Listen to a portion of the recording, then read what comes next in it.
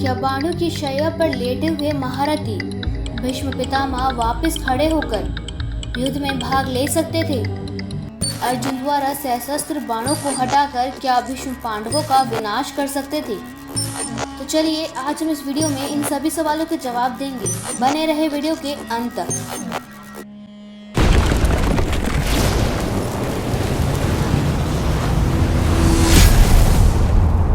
आप देख रहे हैं माइथोलॉजी मिस्ट्रीज। अगर आप हमारे चैनल पर नए हैं तो इसे अवश्य सब्सक्राइब करें। लेटेस्ट अपडेट पाने के लिए बेल आइकन पर जरूर क्लिक करें। एक ऐसा वीर महारथी जिसका महाभारत में मुकाबला करना किसी योद्धा के बस की बात नहीं थी, सिवाय भगवान श्री कृष्ण के। परशुराम के शिष्य जिसने खुद अपने गुरु परशुराम से युद्ध किया था, लेकिन परशुराम भी उन्हें हरा नहीं सके। ऐसा योद्धा जिसे मारने के लिए खुद भगवान श्री कृष्ण को रणभूमि में हथियार उठाना पड़ा। बड़े से बड़ा योद्धा जिनका नाम सुनकर थर थर कांपने लगते हैं। जी हाँ, हम बात कर रहे हैं भीष्म पितामह की, जिन्हें उनके पिता द्वारा इच्छा मृत्यु का वरदान प्राप्त था। लेकिन अब सवाल ये उठता है कि जिन्हें खुद इच्छा मृत्यु का वरदान प्राप्त हो, आखिर वो योद्धा महाभारत के युद्ध के बाद क्यों मृत्यु लोक को प्राप्त हुआ?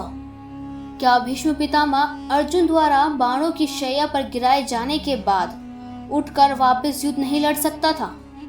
तो चलिए जानते हैं आखिर क्या वजह थी भीष्म पितामह बाणों की शैया से वापस उठकर रणभूमि में नहीं गए। तो बता दें कि अर्जुन द्वारा जब भीष्म को बाणों की शैया पर लिटाया गया, तब कौरव सेना पूरी तरह से टूट चुकी थी। ऐसा लग रहा था जैसे कौरवों की सेना की रीढ़ की हड्डी टूट चुकी है, क्योंकि भीष्म पितामह का खुद से हटना मतलब कौरवों की पराजय की और उनका बढ़ना है। वेद व्यास जी की महाभारत में लिखा है, अर्जुन ने श्वेत वस्त्र पहने भीष्म को अपने सशस्त्रों यानी कि हजारों पैने बाणों से बीन डाला था। भीष्म के गिरने का वर्णन करते हुए वेद व्यास लिखते हैं, उनके शरीर में उतने ही बाण लगे थे कि 2 उंगल रखने का भी स्थान नहीं था। एक वृद्ध व्यक्ति जिसके जीवन का एक ही उद्देश्य था, कुरुवंश को समृद्ध होते हुए देखना। वो जानते थे कि कौरव पक्ष अधर्मी है।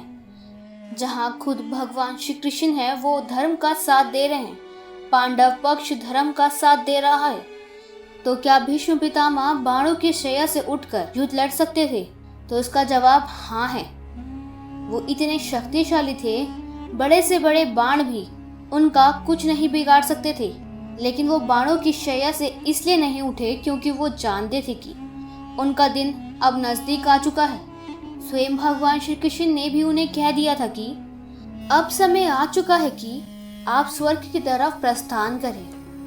वहीं द्वीप सभा में द्रौपदी के चीरहरण के समय उनका सबसे बड़ा पाप था। ऐसे में उन्हें एक सुनहरा मौका मिला था कि वे बाणों की शैया पर लेटे हुए युद्ध से बाहर रहें। तभी तो उन्होंने उसी दिन नहीं बल्कि महाभारत खत्म होने के 58 दिनों के बाद सूर्य के उत्तरायण होने पर अपने शरीर को त्याग कर स्वर्ग की तरफ प्रस्थान किया। लेकिन वो इतने बलशाली थे कि युद्ध में दोबारा भाग ले सकते थे, लेकिन उन्होंने लिया नहीं। जब भीष्म पितामह ने अपने शरीर त्यागने का निर्णय ले लिया, तो कृष्ण की कृपा से उनके शरीर में लगे असंख्य बाण एक एक कर निकलने लगे।